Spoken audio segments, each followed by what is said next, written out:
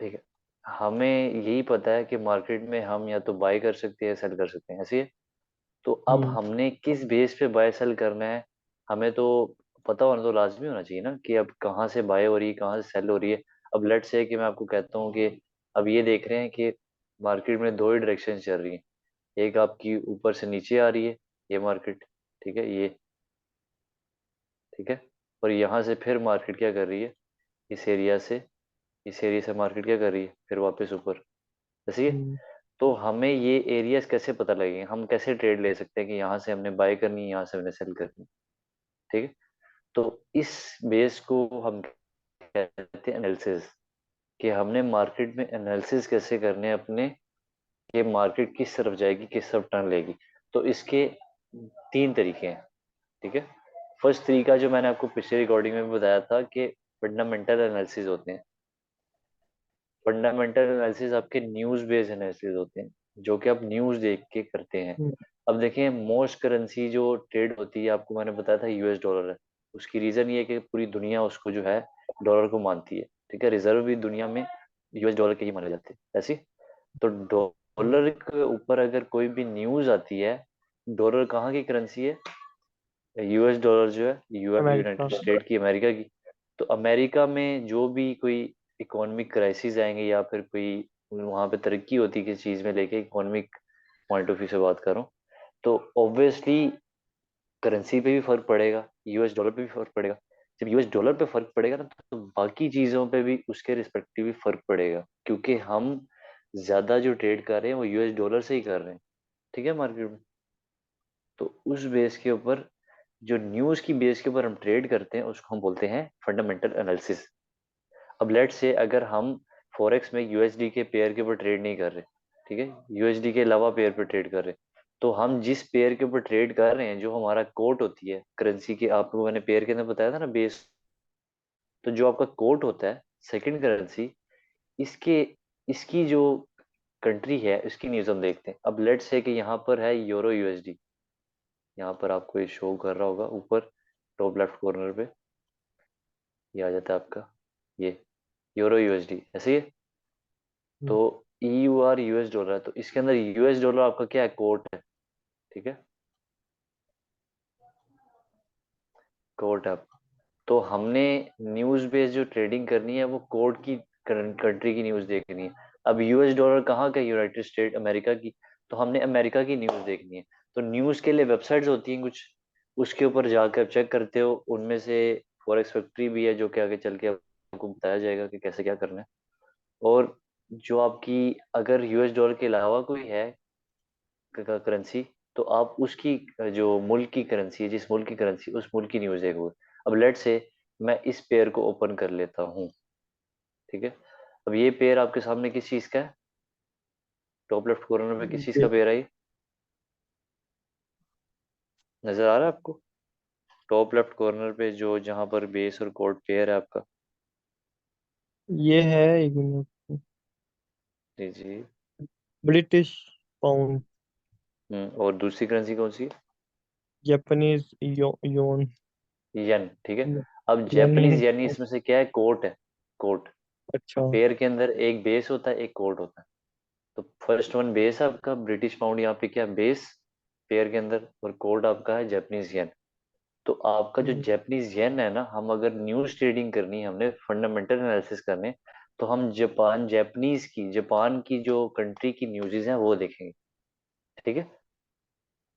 उस बेस पे हम ट्रेड कर सकते हैं कि जापान की करेंसी को क्या इफेक्ट पड़ रहा है, जापान में क्या हो रहा है, कोई ऐसी चीज़ तो नहीं होगी जिससे जापान की करेंसी इफेक्ट होती हो, अगर होती है तो किस तरह इफेक्ट हो रही है, हम उस बेस पे न्यूज़ लेते हैं, ठीक है। यहाँ तक समझ आइए फंडामेंटल एनालिसिस की। ओके। अब टेक्निकल हाँ। एनालिसिस आपके होते हैं, सेकंड नंबर पे आ जाता है आपका टेक्निकल एनालिसिस।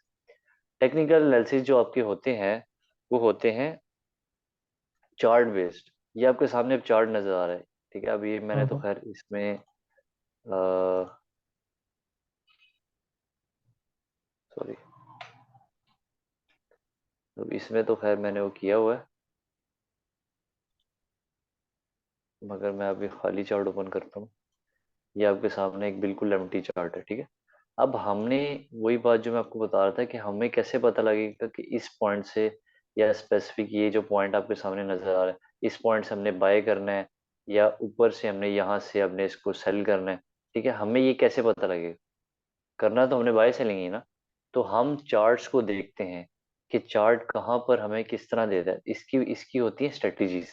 ठीक है, स्ट्रेटजीज होती हैं कि हमने किस तरह से चार्ट को रीड करना है। तो चार्ट रीडिंग को हम बोलते हैं टेक्निकल एनालिसिस। टेक्निकल तौर पे हम चार्ट को किस तरह रीड करते हैं, उसको हम टेक्निकल एनालिसिस बोलते हैं। ठीक हो? ठीक। ये चीज, दो तरह के एनालिसिस हो गए आपके। एक फंडामेंटल जो कि न्यूज बेस्ड होता है, सेकंड वन जो होता है टेक्निकल जो कि आपका चार्ट बेस्ड होता है। आपने सिर्फ चार्ट की बेस के ऊपर टेक्निकल करना है। ठीक है, तो जो ओके। मेन एनालिसिस होता है वो आपका चार्ट बेस्ड ही होता है। आप चार्ट को देख के करते हो। अब लेट से मैं आपको एक एग्जांपल देता हूँ छोटी सी, जो आपको समझ में भी आ जाए। अब लेट से यहाँ पर ये एक ऐसा पॉइंट है, एक लाइन में लगा देता हूँ यहाँ पे। अब लेट से कि ये जो लाइन में भी ड्रॉ करने लगा हूँ, ये आपका ऐसा पॉइंट है, ये रेड लाइन जो आपकी आई है, ये जी। ऐसा पॉइंट है कि जहाँ यहाँ पर मार्केट बार बार आ जा रही है। ठीक है, इस पॉइंट से, इस लाइन से। तो ये लाइन हमारे लिए इंपॉर्टेंट होगी। ठीक है, ये प्राइस हमारे लिए, देखिए ये लाइन प्राइस है ना, प्राइस के ऊपर एक लाइन आई है इस साइड पे। जी। ये देखिए, ये प्राइस देख रहे होंगे आप इस लाइन की। तो जी। जी। हमें क्या एक प्राइस मिल गई, ये देखें। ठीक है, हमें एक प्राइस मिल गई, इस प्राइस के ऊपर मार्केट बार बार रिपीट आ रही है, रिपीट कर रही है अपना सर्कल ड्यूरेशन। इसका मतलब कि ये प्राइस हमारे लिए इंपॉर्टेंट है। अब हमने ये लेवल तो ड्रॉ कर दिया। अब इस लेवल के ड्रॉ करने के बाद अब हमें कैसे पता लगेगा कि यार यहाँ से मार्केट ऊपर जाएगी या नीचे जाएगी? तो फिर हम क्या करते हैं, जी। हम जो स्पेसिफिक कैंडल्स आपके सामने नजर आ रही हैं, एक मिनट, कैंडल्स जो आपके सामने नजर आ रही है चार्ट के अंदर, ये कैंडल्स बोलते हैं इनको। ठीक है, ये कैंडल्स जो आपको नजर आ रही है, इस कैंडल्स की बेस को देखते हैं। कुछ पैटर्न्स होते हैं, वो थोड़े बहुत याद करने होते हैं। उस पैटर्न्स की बेस पे हम कहते हैं कि यहाँ से हम बाय कर सकते हैं, यहाँ से हम सेल कर सकते हैं। ठीक है, लेट से जी। अब यहाँ पे मुझे एक इंडिकेशन मिली थी इस कैंडल की वजह से। एक मिनट, इस कैंडल की वजह से मुझे एक कंफर्मेशन मिली कि मैं बाइंग करूंगा। ठीक है, बाइंग करने के बाद मैं वेट करता हूँ कि ये दोबारा ये जो लेवल है ये रीटेस्ट होता है। रीटेस्ट होने के बाद मार्केट ऊपर जाएगी। तो मैंने यहाँ से बाय पकड़ ली कुछ यहाँ से करके। और देखिए मैं कहाँ तक बाय पकड़ ली मैंने, ऊपर देखें। मैं यहाँ तक अगर मार्केट को बाय में बैठता बैठा रहता हूँ तो मुझे अच्छा खासा प्रॉफिट हो जाता है। ठीक है, इस एरिया हम्म। से इस एरिया तक। तो ये होती है आपकी टेक्निकल एनालिसिस। समझ गए आप? तो दो तरह की एनालिसिस आपकी आपको बताया, फंडामेंटल और टेक्निकल। थर्ड वन जो है उसको हम बोलते हैं सेंटिमेंटल एनालिसिस। सेंटिमेंटल एनालिसिस वो एनालिसिस होते हैं जिसमें दोनों को मिलाकर काम किया जाता है। आप न्यूज़ भी पढ़ते हो, आप चार्ट भी देखते हो। ठीक है, और उनको मिलाकर आप जब ट्रेड करते हो तो आप सेंटिमेंटल एनालिसिस कर रहे हो मार्केट के। कि आप एक चीज़ की न्यूज़ भी देख रहे हो, उसको अपने न्यूज फंडामेंटली भी पकड़ा हुआ और टेक्निकली चार्ट से भी पकड़ा हुआ। तो दोनों को मर्ज करके आप सेंटिमेंटल एनालिसिस करते हो। ठीक है, पर इन दोनों एनालिसिस में से जो मेन, तीनों में से मेन जो एनालिसिस है जो कि वर्क करता है, जो कि वर्क करता ही करता है जो मर्जी हो जाए, चार्ट ने, मार्केट ने उस स्ट्रेटेजी को, टेक्निकल एनालिसिस को फॉलो करना ही करना है। तो टेक्निकल एनालिसिस हर टाइम काम करता है। ठीक है, फंडामेंटल एनालिसिस, न्यूज़ जो होती है कुछ देर के लिए आती है ना, उसका इफेक्ट भी कुछ देर होता है। तो टेक्निकल एनालिसिस तो डेली आती है, चार्ट तो डेली खुलता है, चार्ट तो डेली चलता है, डेली मार्केट की प्राइस ऊपर नीचे जाती है। तो डेली जो चीज़ जो बार बार रिपीट हो रही है वो ज़्यादा इंपॉर्टेंट है ऐसी। तो टेक्निकल एनालिसिस हमारा मोस्ट इंपॉर्टेंट एनालिसिस है इन तीनों में से। यहाँ तक क्लियर है आपको?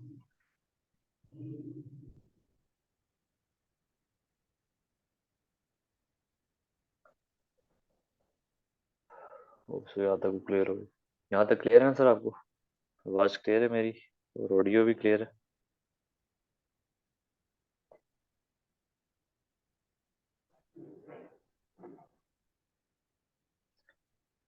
आपकी आवाज़ नहीं आ रही, I think.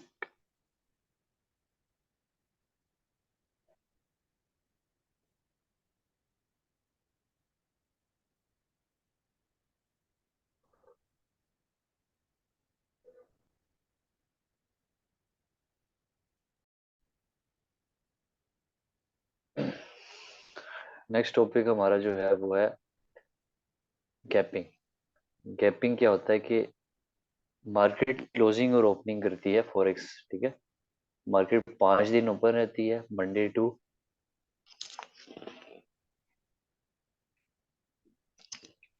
Friday market open रहती है। तो मंडे टू फ्राइडे ओपनिंग के बाद सैटरडे संडे ऑफ रहती है मार्केट। तो जब फ्राइडे नाइट को मार्केट ऑफ होती है, उसके बाद मंडे को उसकी ओपनिंग या क्लोजिंग होती है, ठीक है। वैसे मार्केट 24/7 ओपन रहती है फॉरेक्स की। आपको आवाज आ रही है मेरी?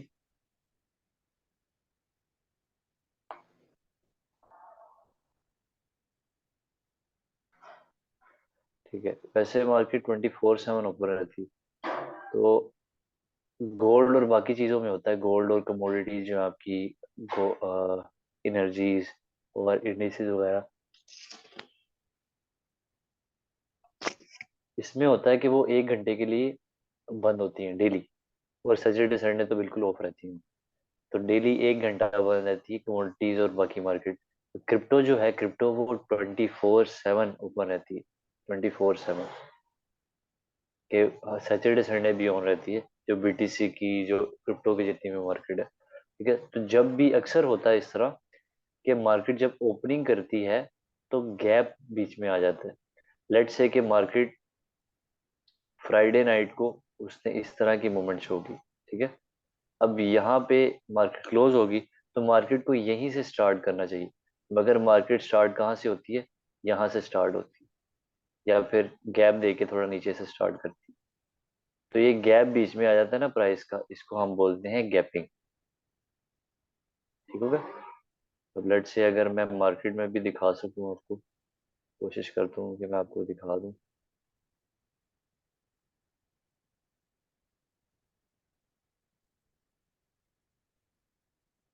यहाँ पर आपका हो जाता है 4 और 15 मिनट।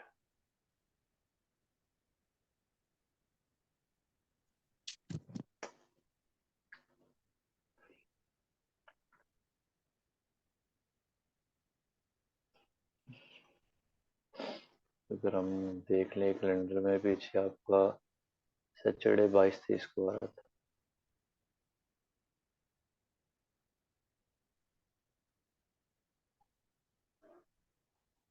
तो अगर हम पीछे जाते हैं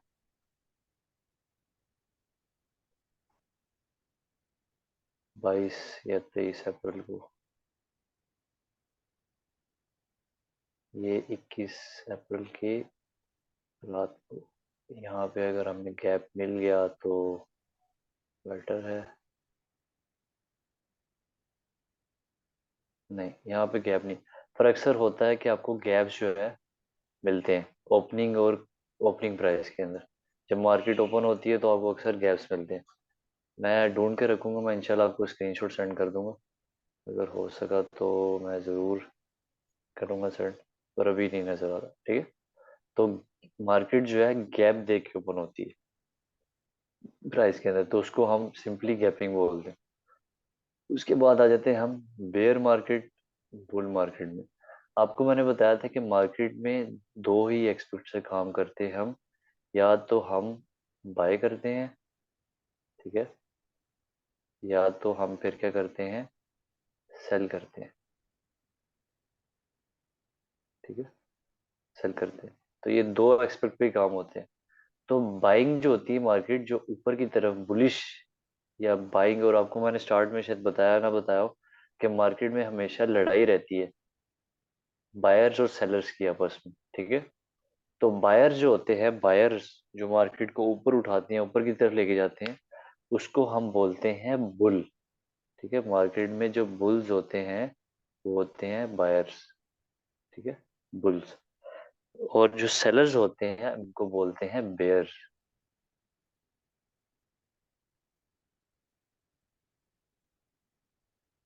ठीक है।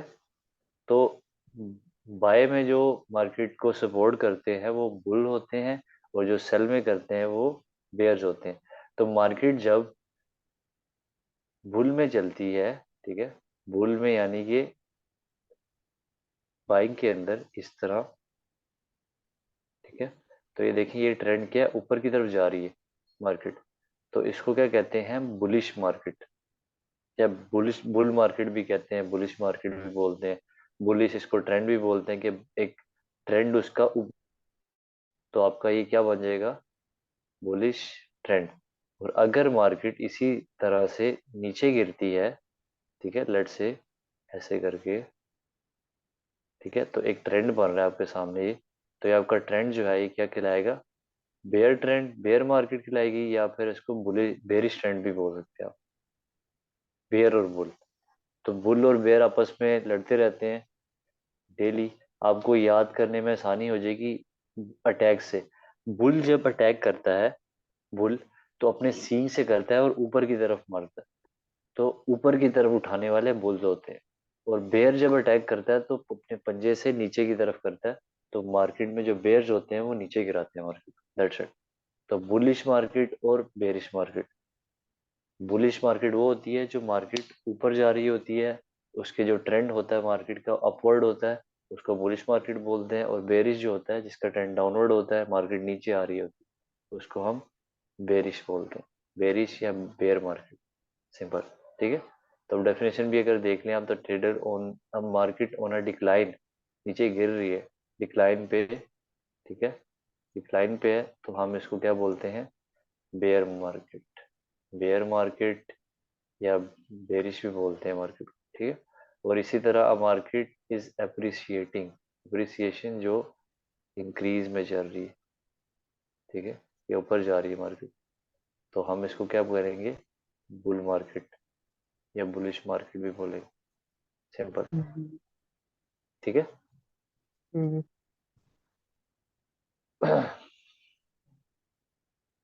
नीचे आते हैं, मोस्ट इंपॉर्टेंट टर्म्स आ रही हैं हमारी। कम हो गया। हम्म, आगे चलते हैं ब्रोकर की तरफ, ठीक है। यहाँ तक सब क्लियर है, बुल और बेरिश मार्केट, जी जी। ठीक है।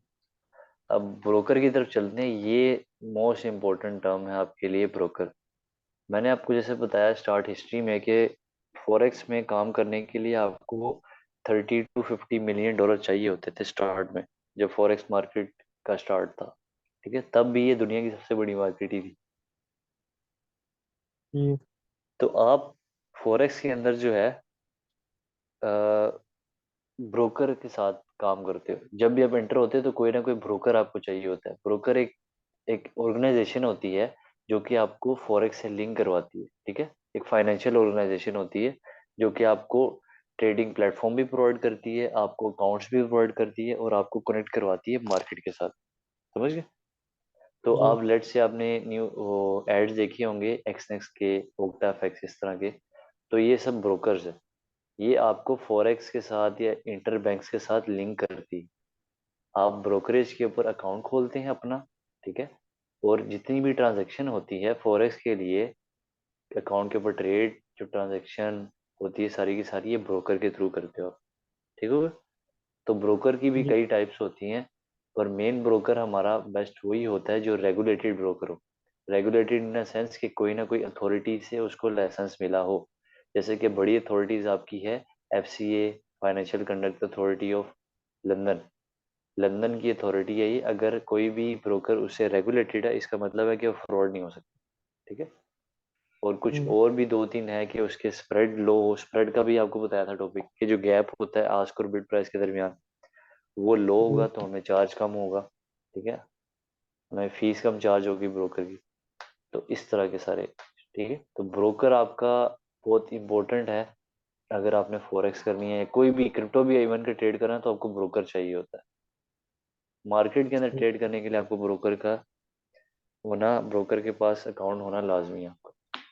नंबर 25 पे आ जाता है हमारा फेडरल रिजर्व। फेडरल रिजर्व क्या होता है वो आपका, देखें, आपको यूएसए का तो पता है, यूएसए में एक जो है आपका इकोनॉमिक रेगुलेशन के लिए जो है सेंट्रल बैंक है, ठीक है, उसको हम बोलते हैं फेड। फेड आपका जो है अमेरिका का सेंट्रल बैंक है, ठीक है, ये बस समझ लें। फेडरल रिजर्व जो है आपकी इन्फ्लेशन भी कंट्रोल करता है, इंटरेस्ट रेट चेंज करके, ठीक है, इंटरेस्ट रेट वही कंट्रोल करता है, जितना भी इंटरेस्ट रेट है आपका यूएस डॉलर के ऊपर, वो फेडरल रिजर्व करता है। ठीक है, तो फेडरल रिजर्व के कंट्रोल में है ये सारी इकोनॉमी, आप कह लो डॉलर। तो फेडरल रिजर्व के ऊपर अगर कोई भी न्यूज़ आती है, कोई भी इस तरह का इशू होता है या फिर कोई स्टेबलाइजेशन आती है, तो मार्केट में डॉलर पे बहुत इफेक्ट होता है। ऑब्वियसली अगर डॉलर इफेक्ट होगा तो पूरी मार्केट इफेक्ट होगी। तो इस तरह ये सारा सर्किट चलता है। ठीक है, तो जब इन्फ्लेशन बढ़ जाती है तो फेडरल रिजर्व जो होता है वो इंटरेस्ट रेट ज़्यादा करता है थोड़ा सा। तो उससे क्या होता है, इकोनॉमी स्लो डाउन होती है, और जो इन्फ्लेशन है ना वो कम करने की कोशिश करते हैं, तो इसी तरह वो कंट्रोल करते हैं इकोनॉमी को। ठीक है, सिंपल है, समझ गए? तो जी नंबर 26 पे आ जाता है आपका जीडीपी। जीडीपी तो आपने नाम सुना होगा, कहीं ना कहीं वर्ड सुना होगा। जी जीडीपी, इस मुल्क की जीडीपी इतनी है, ये ऐसे हो गया। तो जी जीडीपी जी आपकी होती है ग्रोस डोमेस्टिक,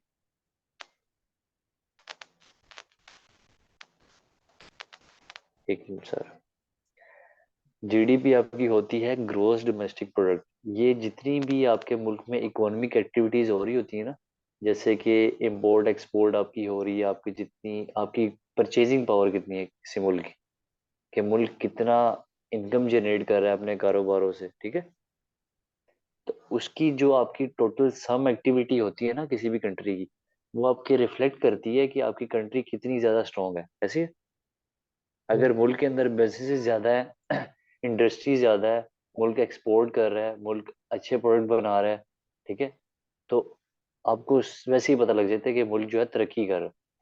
तो जो ओवरऑल सम एक्टिविटी होती है, इकोनॉमिक एक्टिविटीज जो होती है आपकी, वो आपकी कहलाती है जीडीपी, ग्रोस डोमेस्टिक प्रोडक्ट। ठीक है, सिंपल। अब इसके बाद आपका इन्फ्लेशन का टॉपिक आया था, जो कि अभी मैंने बताया भी आपको, महंगाई। ठीक है, जी तो महंगाई हमारा कौन कंट्रोल कर रहा है यहाँ पे? फेड कर रहा है। क्योंकि हम बार बार यूएस डॉलर की बात करें, क्योंकि यूएस डॉलर ही किंग है हमारे लिए। यूएस डॉलर की मूव से पूरी दुनिया हिलती है, तो हमने मेन एम्फोसाइज अपना फोकस किस पे रखना है? डॉलर के ऊपर। तो जितनी भी चीजें आपको मैं बता रहा हूँ वो तकरीबन यूएस डॉलर के लिए ही है। अब इन्फ्लेशन है the rate of increase in the price of goods and service in the national और स्टेट इकोनॉमी, कि अगर किसी भी चीज की या सर्विस की प्राइस बढ़ती है तो हम उसको क्या कहते हैं? महंगाई होगी, इन्फ्लेशन होगी। तो इन्फ्लेशन रेट जो होता है किसी भी मुल्क का, अगर ये डिपेंड करता है आपके पेयर के ऊपर, आप किस करेंसी पे ट्रेड कर रहे हो।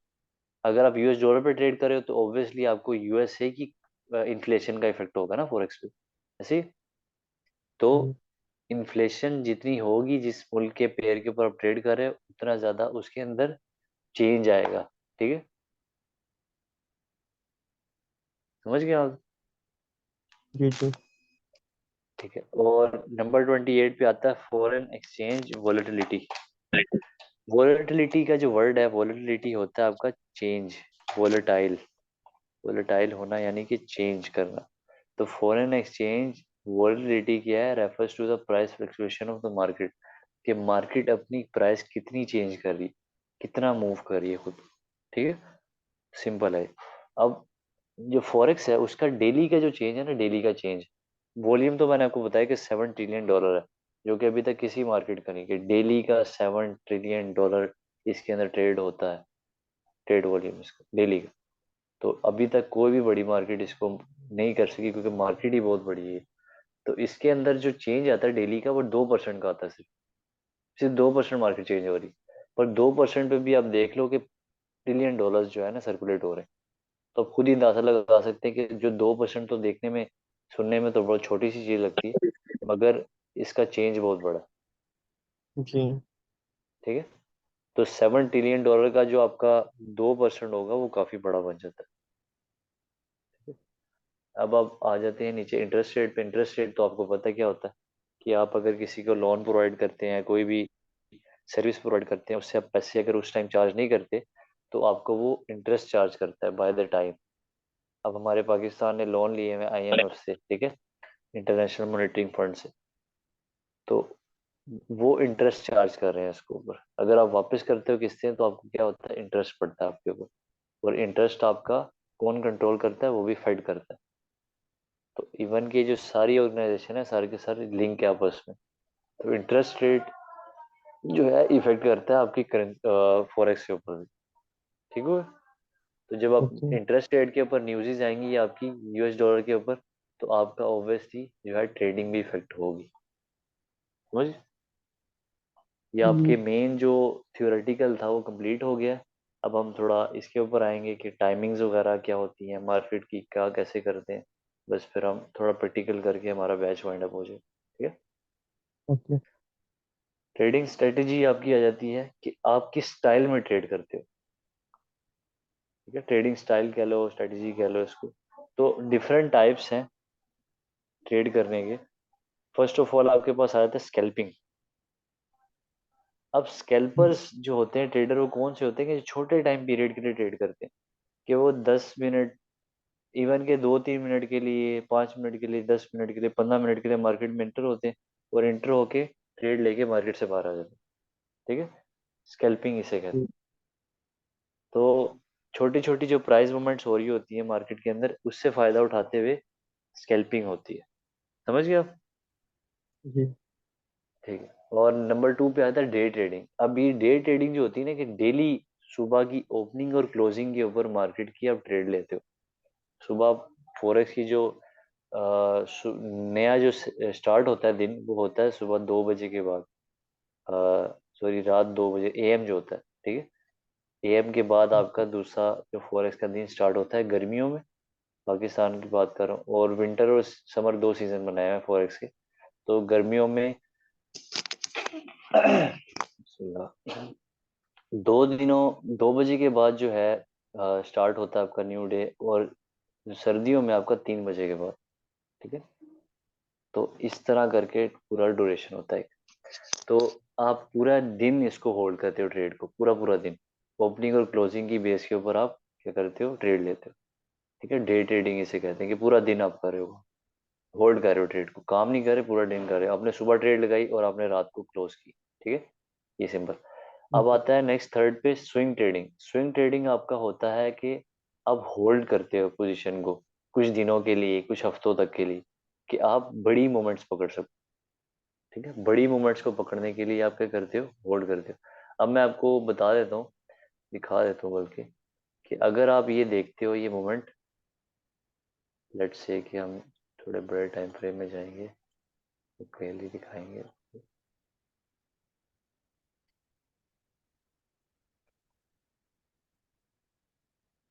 अब ये देखें, यहाँ से अगर हम लेट्स सपोज करें, तो इस एरिया से अगर हमने ट्रेड यहाँ तक होल्ड करनी है, ये ऊपर वाली पोजीशन तक। ठीक है, अगर यहाँ तक हमने जी। होल्ड करनी है तो यहाँ से यहाँ तक का जो टाइम है हमने वो देखना है। ठीक है, तो ये हमने यहाँ से होल्ड की, तो नीचे बार पे आपको क्रॉस के नज़र आ रहा होगा कि हमने 9 मार्च से अगर ट्रेड ओपन की होती बाय की, और सॉरी, जी जी, 9 मार्च से अगर ट्रेड ओपन की होती हमने, और 14 अप्रैल तक अगर हम होल्ड करते पोजीशन को, तो तब जाके हमारी ये पोजीशन बनती। मतलब कि लॉन्ग ट्रेड आप होल्ड करते। और अगर आप यहाँ तक करते हो, ठीक है, यहाँ तक, ये वाला जो टीपी है आपका प्रॉफिट पॉइंट, तो आपको जो है कम से कम भी कोई 5 से 6 दिन होल्ड करना पड़ता, 9 से लेकर 14 मार्च तक। ठीक है, तो आपको अगर बड़े बड़े प्रॉफिट्स देखने हैं, तो आपको क्या करता है, होल्ड करना पड़ता है। बाकी स्कैल्पिंग जो है, मोस्ट ट्रेडर्स स्कैल्पिंग ही करते हैं, स्कैल्पिंग या डे ट्रेडिंग। ठीक है, कोई ज़्यादा होल्ड नहीं करता उसको। होल्डिंग वही करते हैं जिनके पास इन्वेस्टिंग के लिए पैसा होता है सिर्फ, और बहुत ज़्यादा पैसा होता है, वो एक्स्ट्रा रखा होता है। अब मैं आपको गैपिंग की बात बता रहा था ना, पिछला टॉपिक था हमारा गैपिंग। तो आपको यहाँ पे गैप नज़र आ रहा होगा। जी। तो ओपनिंग और क्लोजिंग का गैप होता है। तो गैपिंग ओके। इसे बोलते हैं कि मार्केट जब ओपन करती है तो थोड़ा गैप दे के ओपन करती है। ये तो अभी बिल छोटा सा नज़र आ रहा है आपको। अगर मैं इसको बड़ा करके देखना चाहूँ, ये आपका है 11 मार्च का। तो लेट्स से अगर हम इसको करते हैं,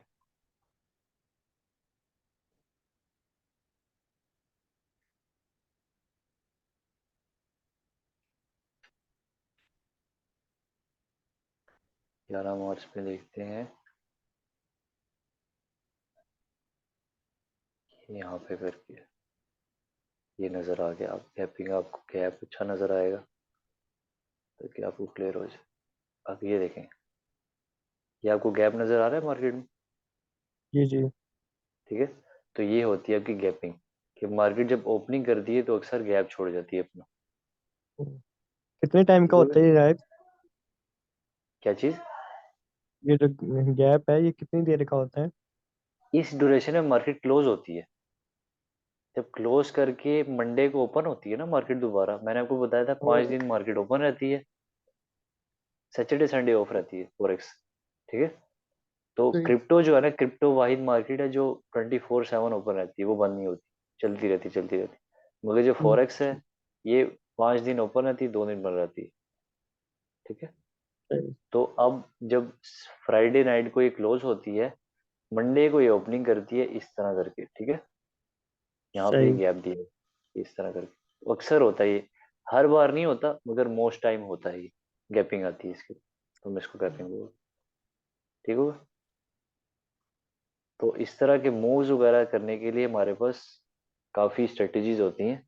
पर मेन स्ट्रेटजी हमारी, उसके बाद जो स्विंग, स्विंग की भी समझ आ गई आपको। स्विंग आप दिनों तक ट्रेड करते हो, एक दिन से लेकर हफ्तों तक आप इसको होल्ड करते हो ट्रेड को।